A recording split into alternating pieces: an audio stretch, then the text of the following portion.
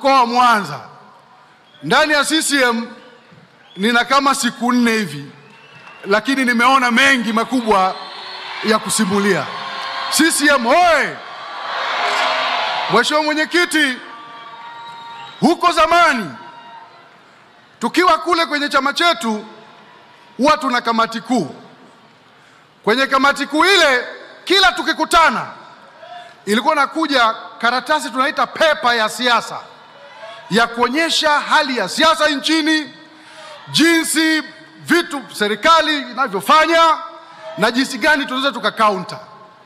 Sasa enzi hizo barabara zilikuwa zinajengwa kwa kasi, madaraja yanajengwa.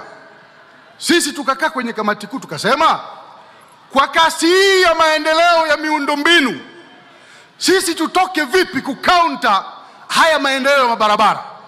Sisi tukasema kwenye think tank yetu kule enzi hizo kwamba sisi tuambie wananchi kwamba sisi tunaamini kwenye maendeleo ya watu, sio maendeleo ya vitu.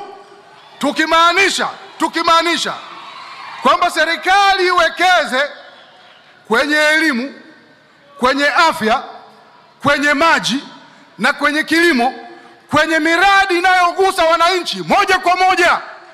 Mheshimiwa Rais, nimetembea kwenye hii ziara, kila jimbo tulilopita mimi nimebaki na shangaa. Ukweli ni kwamba kila sehemu ukifika unasikia kuna mabilioni ya fedha zimepelekwa kwenye maji. Hayo ndio maendeleo ya watu. Mheshimiwa Rais, kila sehemu tukienda, kila mbunge hapa nasikia, mkoa Kagera kila sehemu tumeenda, kila mbunge anasimama hapa anasema mara shule zimeongezeka, shule 30 ndani ya mwaka huu mfupi kwenye jimbo moja. Hayo ndio maendeleo ya watu.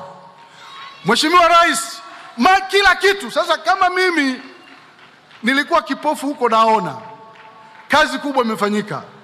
Mimi Wenje nilikuwa mwenyekiti wa Chadema wa kanda. Mimi na uzoefu mkubwa, naelewa haya mambo. Hasa mtu wa Chadema wa kawaida, wewe huko unafanya nini? Njoo peoples, kazi kubwa imefanyika. Sasa Mheshimiwa Rais